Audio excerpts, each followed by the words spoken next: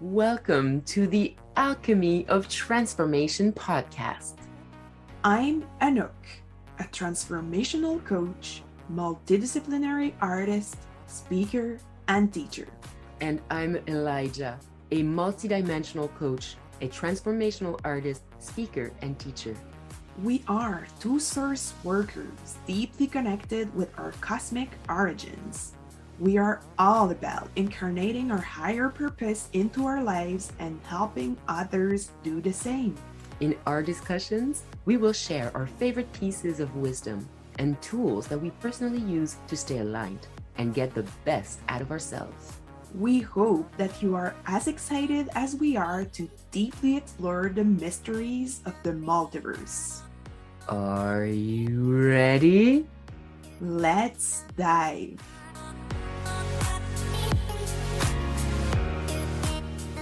Greetings, beautiful star being. Thank you for being with us and sharing your time and energy with us. We certainly are allowing ourselves that this conversation has filled with treasures and offerings that support you in your own alchemy of transformation. Totally. And today we decided to talk about shadow work, which doesn't sound like the most exciting part of the alchemy of transformation, but that is crucial. And alchemy is about transforming the lead into gold. So there is a big part of the alchemy of transformation that go through shadow work. Yeah, working through what seems to be dark and perhaps unfriendly territories, maybe scary territories, and turning it into kingdoms filled with lights and filled with light and our most clean of awarenesses and consciousness.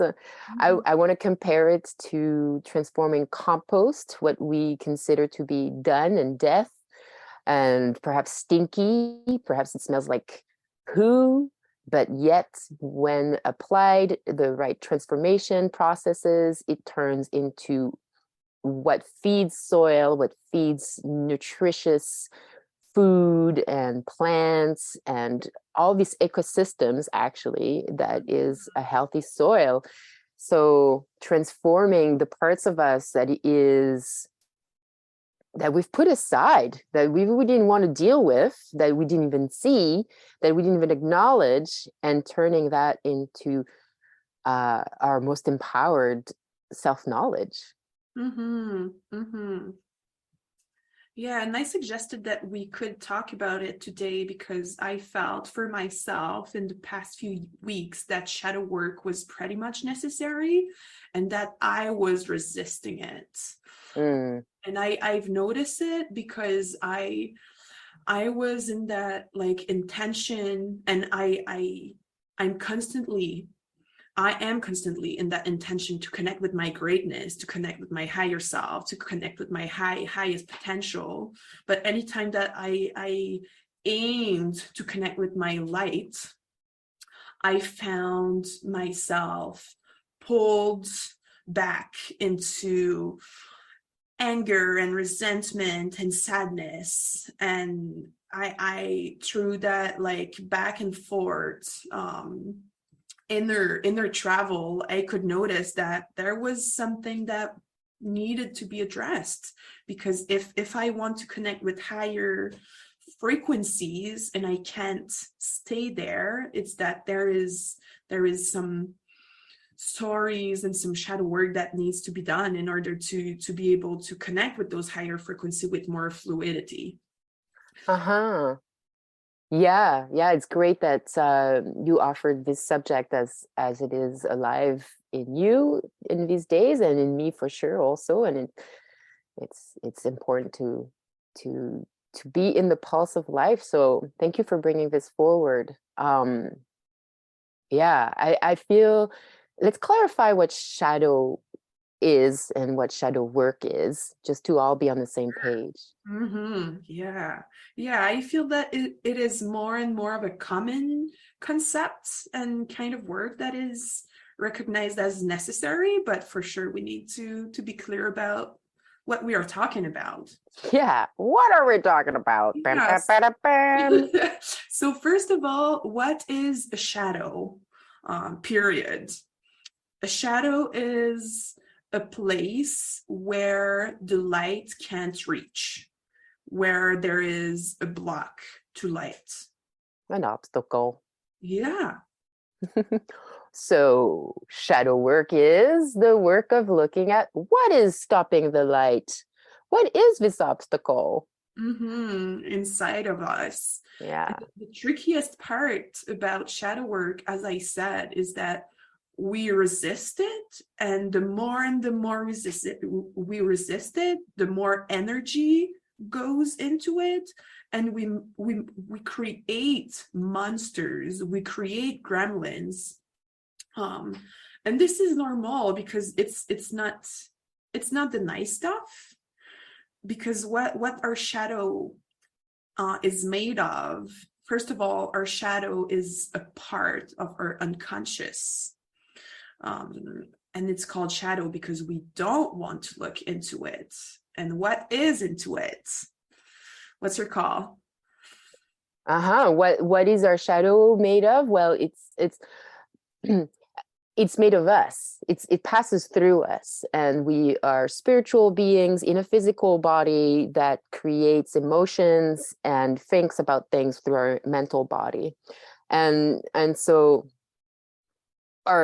the piece of us of our shadow, it's aspects of our subconscious, like you say, but it's beliefs about ourselves, it's opinions and judgments we've created about ourselves that reflect upon the world that we see, and it's emotional clumps of emotions that live together. And because it's in the shadow, it's because it's things that we don't really want to look at. So it even has layers of protection around it. When we get close to it, there's probably a mental or emotional aspect that go, ooh, don't go there. Ooh, that makes us mad. We don't want to think about that. Ooh, no, this makes us look ugly. We are such beautiful people. We're not going to touch this. We're not really that thing.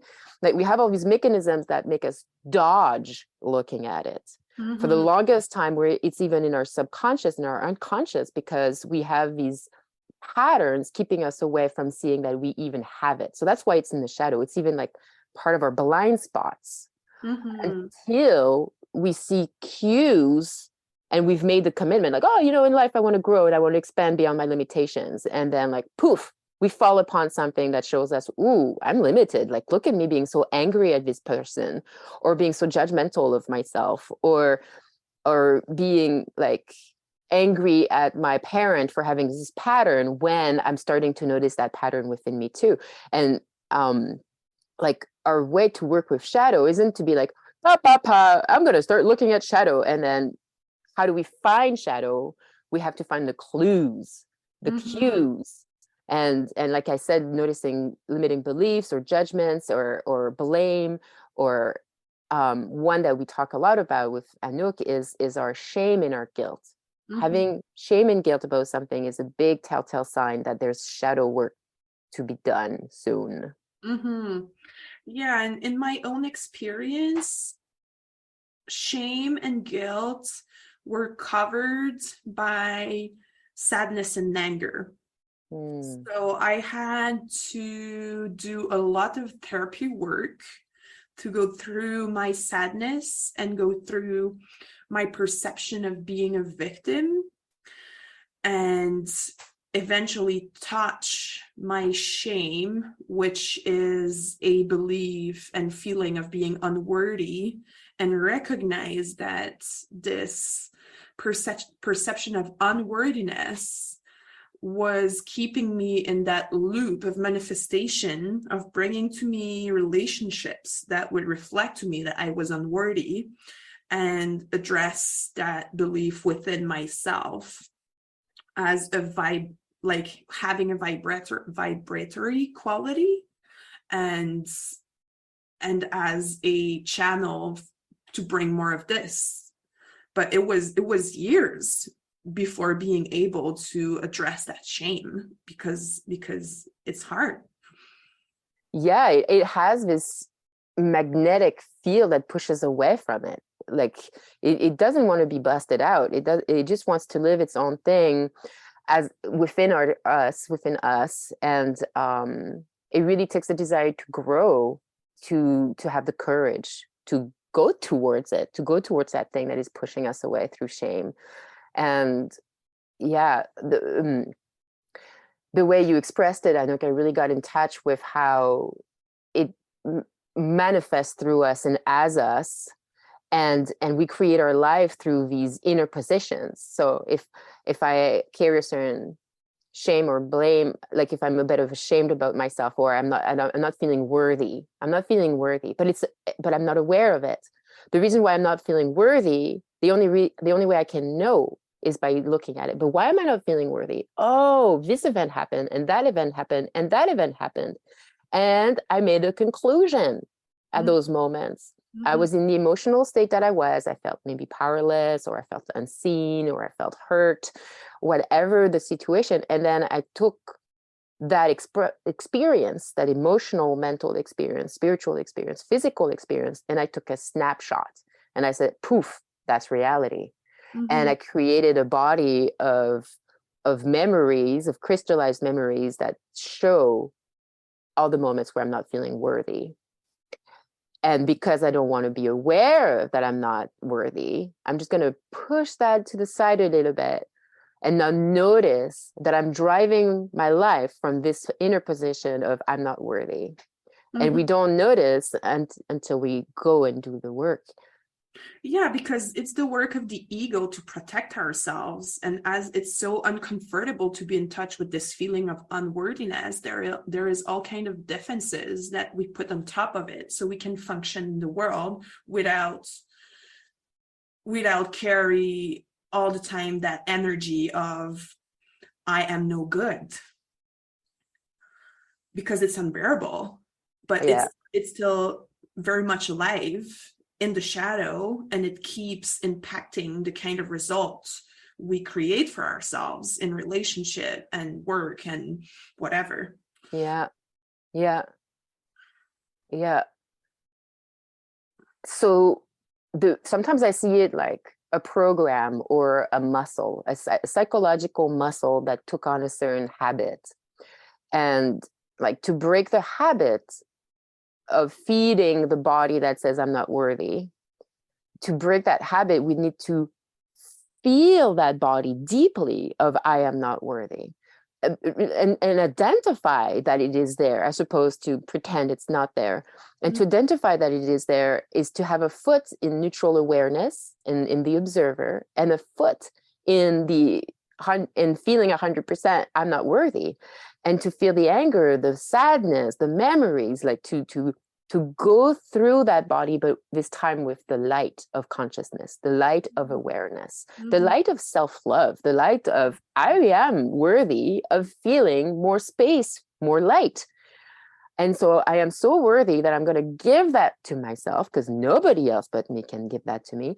And that act changes the pattern, changes the electromagnetism of the emotion, and it teaches our subconscious, yo, by the way, we got a new thing happening now. Every time we feed the I'm not worthy body, I want an alert, I want a notification, and I want you to show me right now, I just fed that body of unworthiness so I can look at it. And at that moment, change the program, change the pattern. Say, oh, wait a second. No, I don't accept that when this friend of mine makes that comment, which is just a joke. And it's a joke we've been making for decades about how bad I am at doing that thing, when that's not actually true. I'm not that bad at doing that thing. I actually been learning, or whatever. Bust all those little moments where we're feeding that body and be like, wait a second, that's not what I'm up to anymore. And shift that. And like what we just described, from I want to know, but I don't. Oh, I see a pattern, I see a cue, and I'm curious. Whoa, I'm passing through the first layers of emotions that said, don't do it, don't go there. Oh, fuck, I've passed through the emotional bouncer or judgment bouncer who is trying to kick me out of my path. Now I am in the belief, I am not worthy emotion or whatever it is that we're busting through. We have to pass through the emotions of that because underneath we love ourselves and we know we are worthy, and we have to sit in that knowing I am worthy. And then we have to bust the patterns that keep that going as quickly as possible. So that whole thing that I just described is a process that can take years at first, years of therapy, like you said. But the goal is that if we keep going, it can take seconds. It eventually gets to a loop of multiple seconds. Mm-hmm. Mm. Yeah, and what came to mind as you were talking is that this is so huge that sometimes, I mean, in our daily life, if we take that posture of the benevolent observer, we can catch ourselves and just reframe our thoughts and like work with affirmations. And it has its value. But to do the deep core work, it's very hard to do it by ourselves, because when we dive into it and when we re-identify with it, we kind of, it's a regression to early childhood experiences when we arrive to those conclusions you talked about. And as we do so, we often need a very safe space holder. It can be a therapist, it can be a very aware, self-aware friend, it can be a coach, but going get that support is pretty much necessary so we can live fully our processes and release the old energies and be able to create the necessary space to reframe, replace the old beliefs by new one that will serve us better. Yeah, 100%. I support what you just said, and I have like a couple analogies to kind of bring it to life. Is like if you're going to clean your closet, most like if you're going to do a thorough cleaning of your closet, you will most likely take out the stuff out of your closet and put it into your living room or a bigger space so you can, truly look at all that you got in there. What are you going to keep, and can you put things together? How do you reorganize? It will often take a bigger space. And psychologically, you want a safe space with a strong, skilled, neutral person who will not take whatever is happening to you personal, who will maintain the strong anchor of this has a higher purpose. This holds the anchor of you are a beautiful light. You are beautiful, powerful. Yeah, probably things happened to you that were unjust and unfair. And I am the holder of that truth while you decompose yourself and allow yourself to feel how unfair and unjust certain things were. And you know that you're in a container of love, and you can fall apart a little bit because you're not going to be the only one picking the pieces afterwards. There's someone accompanying you. And like that context of having a bigger space holder is so important, especially at the beginning when we're like trying to rewire our self-worth or whatever, our self-light in whatever shaping it. And so sometimes we need someone who has done the work and who has a lot of light in their field, a lot of self-love and a self-knowledge, who can go like, yeah, it's okay to go there. It's scary, but I've been through it. And I have a map, or I have at least all my love to hold you while you figure it out. I mean, we're creatures of connections, right? Mm-hmm. Mm. And I wonder how much actually there is a bit of a communication of light, a transfer of light between a space holder and the one in the space being held, like two sinks communicating energy, water. A bit of the light of the space holder might go into the field of the other one and support the field of the other one while they're building that new area of their field, of their psyche, of their self-love. As you know, it's like a blueprint is offered to us without words, just by the presence and the kind love of the other. But we still have to be the one doing the work at the end of the day. It is our scary forest full of gremlins and demons. It is our forest. Only I can walk through us. Only the I can walk through their own forest. Totally. But whenever we ask for support, we make it softer, more gentle. Yeah. And you mentioned the ego earlier. The ego will find ways to, in my case, stay independent and autonomous. My ego was taught that I got to get it done by myself. And so part of my shadow work is to learn to not do it by myself. That I don't got it all, or the opposite, which is I got nothing. I am way not enough. That duality of my own ego. Another trap or trick of the ego you talked about earlier was about, I already got this work done. I am done. I did it. And I'm pretty sure that a lot of people who already did that kind of work are going to relate with that statement, because I had the same kind of feeling, like, oh my God, so many years of like self-development and therapy and like going deep and deep and deep, and having had the impression that I reached the bottom of it. And so sometimes it can be the case that like you reached a certain point and you freed yourself of old patterns and old habits and old beliefs. But as life is a cycle, after the day comes the night, and it's more than normal that we're gonna encounter experiences that are going to bring us back to our shadow, to our vulnerabilities, and this is okay. So it's a never-ending work. Yeah, totally.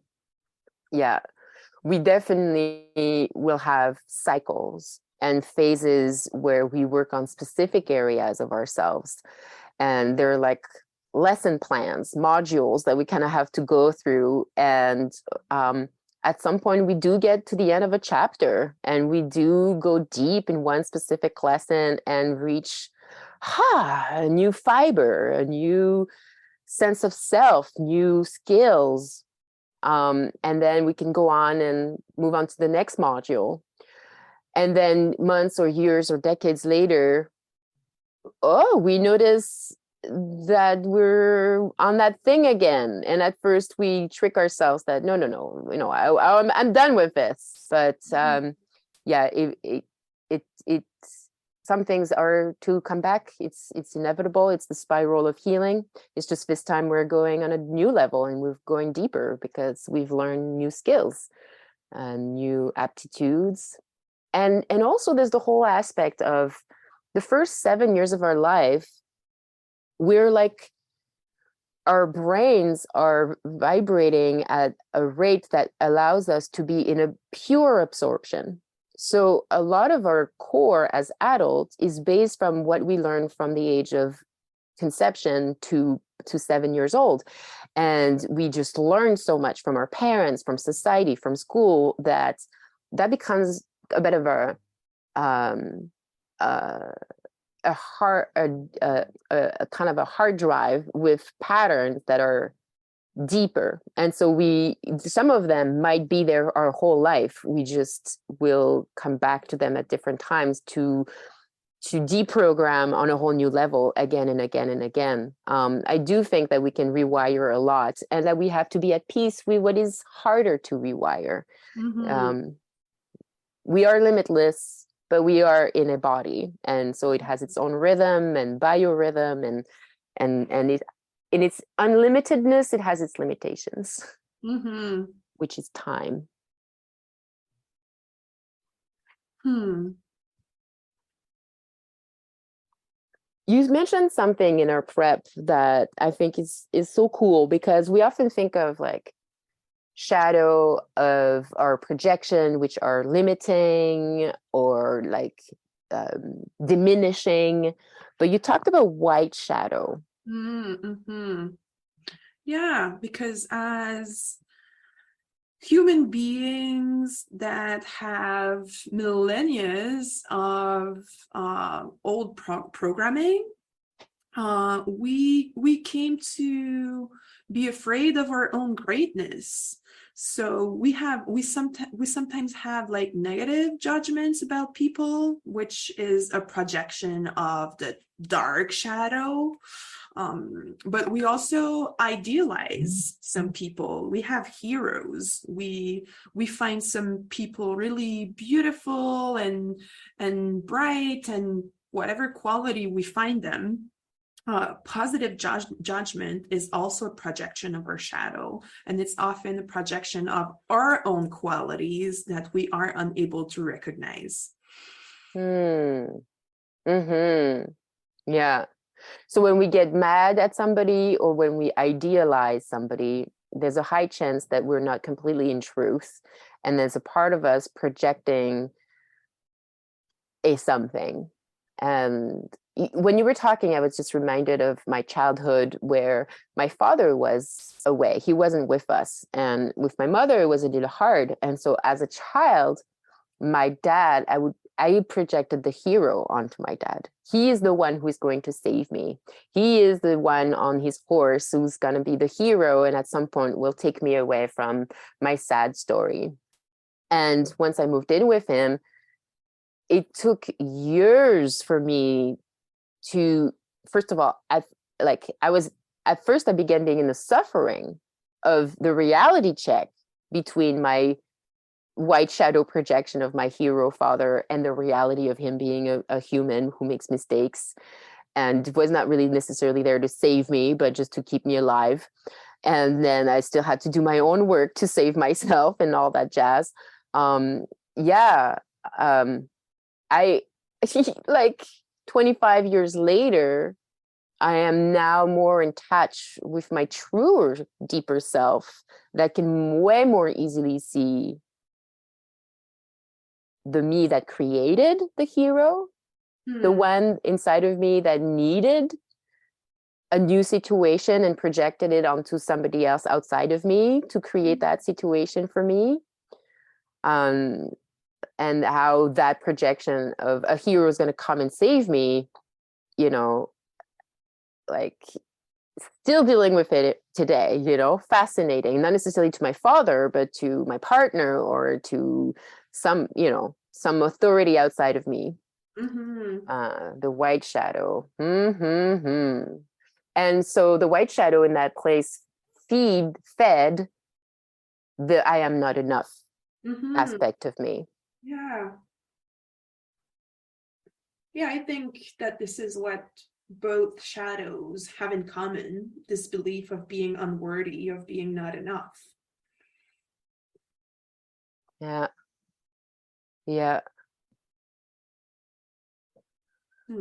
And ultimately, there is this strong relationship between the shadow and the inner child,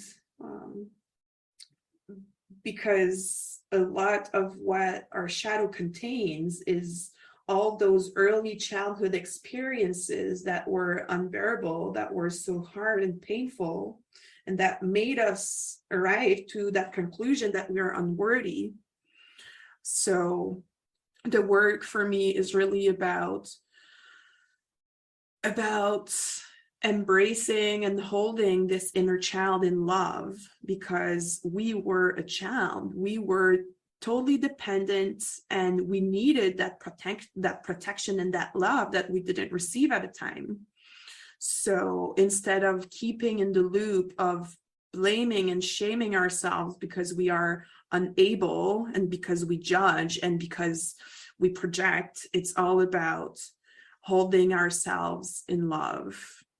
Oh, I think that that person is stupid or is not being honest, or whatever judgment I have. It's all about, oh, I'm having a judgment, and not judging myself because I'm having a judgment, but like with this loving intention of going see what's there, what part of my story I didn't address yet and is still active, and see it as this very tender, vulnerable part of myself that needs me to bring light in. Yeah. Yeah. And I'm focusing on the word light and the meaning of that, the deeper meaning of that, right? Like we're talking about shadow work and light work. This light is none other than our own, right? I'm going to speak as the I right now, but just to keep it focused. But anybody, right? Like any of us, and any I, any me, is a spark of the great all. So the great all, the universe, I'm just going to call it God, and hopefully people are okay with that. But I am a spark of the great all God. I am a spark of God light. Within me is this immense power, but through growing up, through the context I grew up in, my aura, my personality, my thoughts of myself distorted to fit my context. I distorted my own essence. My own spark of God was super flexible and adaptive and fit in the way it could, and shaped and morphed itself to fit in the best way possible through the way it understood it could survive. Mm-hmm. And I guess to me, shadow work is like saying, I need not to survive. All I need is to align with the God of light that I am, and let that shine through. And let me see where am I creating shadow? Where am I casting shadow? And so if I judge somebody, I'm casting shadow on somebody. The God of light is within me in love's limitless.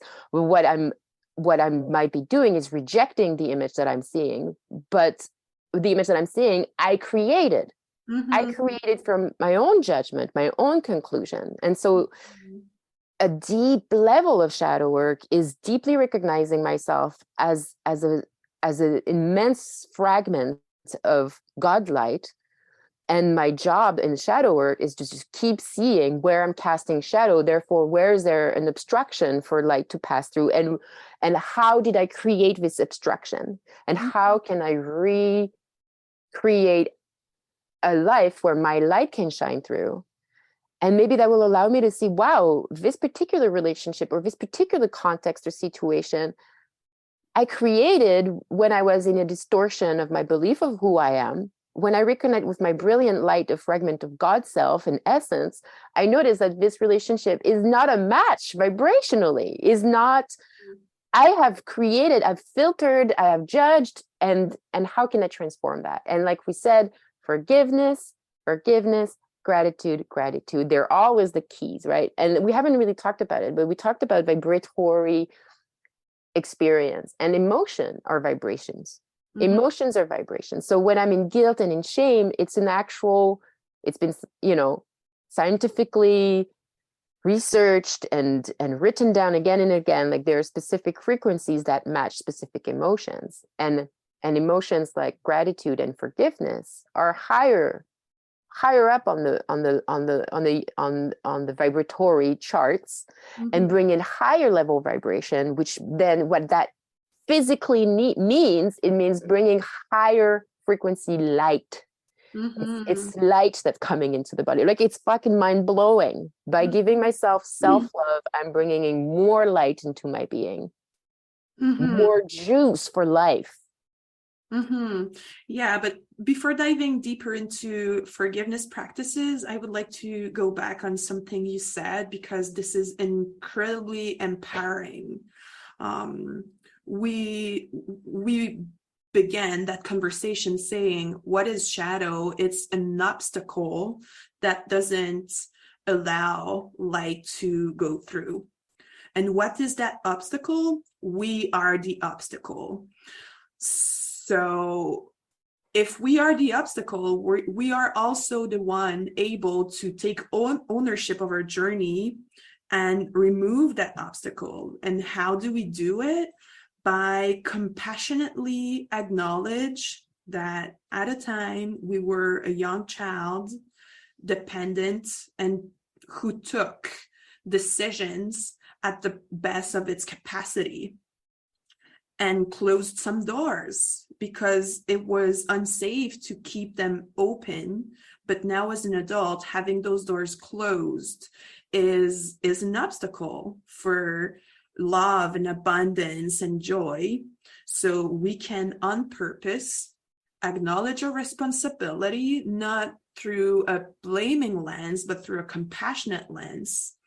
And it's where forgiveness is a key practice that allows us to open those doors again. And the way you said it, it just made me think also sometimes we're really angry at somebody or something, and we can't see how we could forgive them. But maybe we can lean on the almost physical scientific approach to saying, well, I do not know how I could forgive you, but I know that physically I created this. Mm-hmm. I created this perception of you, and I am opening myself to seeing how I created this. Like it doesn't have to be a black and white.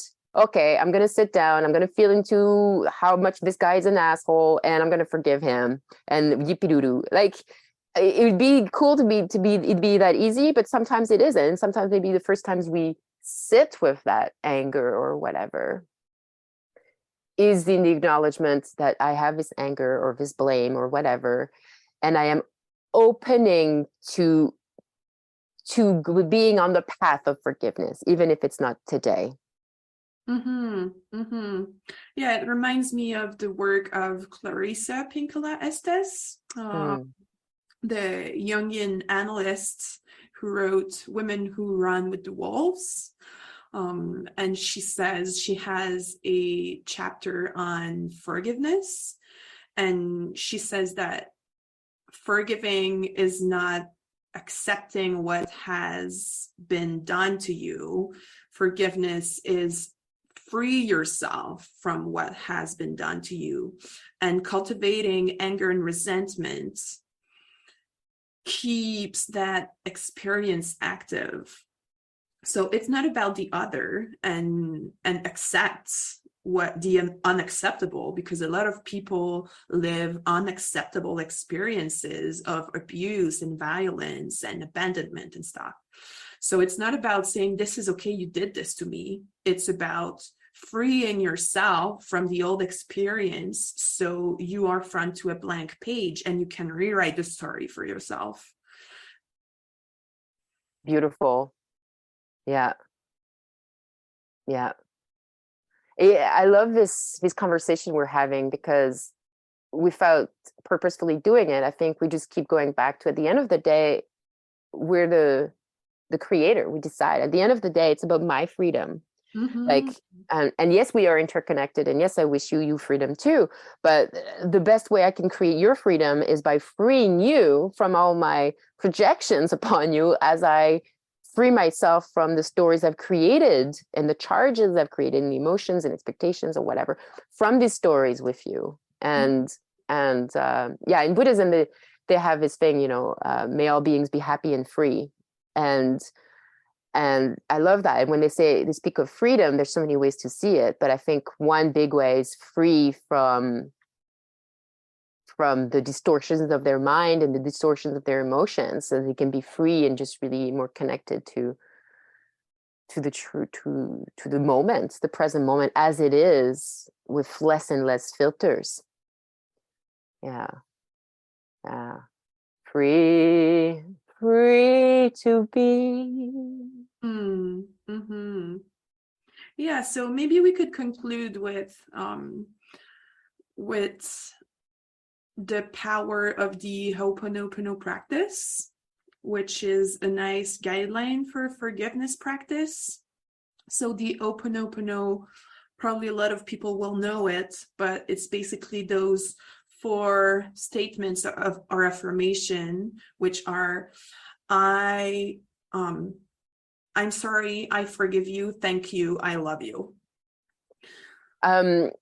Please forgive me. I'm sorry. I'm sorry. Forgive me. Thank you. I love you. Cool.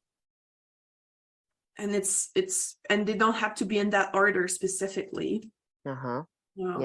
And it's nice to see it as saying it to ourselves. It's super useful in our relationships. But as we said, if our tensions or conflicts or problems in relationships come from our projections, it's always like the easiest and fastest path is always go see inside, where did I created it, and have this forgiveness practice with ourselves and with our inner child. Yeah. I think, right, Ho'oponopono was this doctor, this dude who went to the jails to do some work with the inmates. And he was it teaching meditation? I can't remember, but from what I remember of Ho'oponopono, it was created from his own sense of seeing these criminals, quote unquote criminals, and seeing himself in them and seeing his own need to ask them for forgiveness. And like he would spend a lot of time saying these sentences internally and focusing them on one inmate at a time. And like I think he actually got results of seeing these inmates elevating consciousness and liberating themselves and stuff like that. So thank you for sharing that. I didn't know that story. That's inspiring. Yeah. And you shared with me another one that's very similar. Oh yeah, I kind of made it up on the spot, but it was like I see you, I love you, I release you. So if I deconstruct it a little bit, I see you to me is this like radical honesty of that logic that we don't want to see our shadow, and we put a whole bunch of like defenses and protections with our ego. I see you as just, I recognize that you are there. I love you is like holding those tender and vulnerable part of ourselves that made it up in order to protect ourselves at the time. I love you. And I release you. It's recognizing that it's not actual anymore. It's not serving me anymore. And I let you go. I create space for new life to come in. Beautiful. I love it. Well, we've shared a lot and we could share way more, but we'll let that settle. I guess the reminder is that you're still the sovereign creator of your life, even though you're co-creating it with others. And shadow work is about taking radical ownership of who we've created ourselves to be and how it's created our world. And taking our power into channeling awareness, love, release in places where we kind of held on to something from a distortion, from a misunderstanding, and releasing it and creating something new and accepting it. Like the first step is accepting. Yeah, and that by getting support and having this like self-love standing point, it can be softer. It doesn't have to be hard and painful work. Yeah. And if you are looking for therapy or things that support you in that process, Anouk is definitely highly probably available for you if she's not too full in all her projects. And also core energetics is a type of therapy that is just amazing to deal with shadow work and liberating emotions and all sorts of stuff. Radical aliveness is another one, which is a baby, a spring, a sprout, a branch off of core energetics. All of this is in the lineage of Jung and Periakos and all sorts of amazing, Reich also, all sorts of amazing psychotherapists and body workers, energy workers, people who have understood the movement of energy as emotion through the body, as all of these psycho-spiritual maps, blah, blah, blah, me babble words to make myself look interesting. No, I'm kidding. But yeah, core energetics and radical aliveness are really powerful tools. And Anouk and I are in those trees, or we are branches of that tree. We work a lot with those energies and those mind maps. I don't know how to put it. So love you. Reach out if you need it, and we're gonna be happy to direct you towards the best resources for yourself. Oh yeah. Okay, so see you later, alligator. Bye guys. Hey, wasn't that interesting? What did you think? We certainly hope that something opened up for you and that you know and love yourself even more. We surely want to witness your insights and transformation, so please share with us what you got out of it. You'll find our social media links in the description. Stay tuned for the next alchemical conversation. Take care, beautiful star being.